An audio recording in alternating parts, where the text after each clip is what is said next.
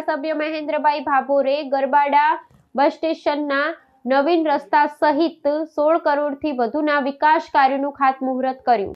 દાહોદ જિલ્લાના ગરબાડા વિધાનસભા મત વિસ્તારમાં સ્થાનિક ધારાસભ્ય મહેન્દ્રભાઈ ભાભોર દ્વારા બસ સ્ટેશનના નવીન રસ્તા સહિત 16 કરોડ રૂપિયાથી વધુના ખર્ચે તૈયાર થનારા વિવિધ વિકાસ કાર્યોનું ખાતમુહૂર્ત કરવામાં આવ્યું હતું। આ કાર્યક્રમ ગરબાડા બસ સ્ટેશન ખાતે યોજાયો હતો, જ્યાં ધારાસભ્યએ શિલારોપણ કરી માર્ગોના નિર્માણ કાર્યોનો પ્રારંભ કરાવ્યો હતો।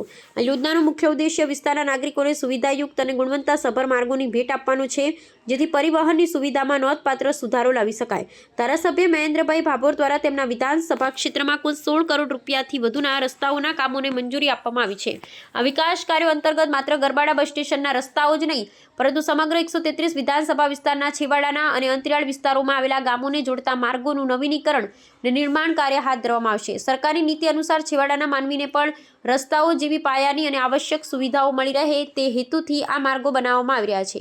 આ ખાતમુહૂર્ત પ્રસંગે ધારાસભ્યએ સ્થાનિકોને ખાતરી આપી હતી કે નવા માર્ગો બનવાથી ખેડૂતો અને સ્થાનિક વેપારીઓને માલ સામાનની હેરફેર કરવામાં સરળતા રહેશે, સાથે જ સામાન્ય જનતાનો પણ સમય બચશે।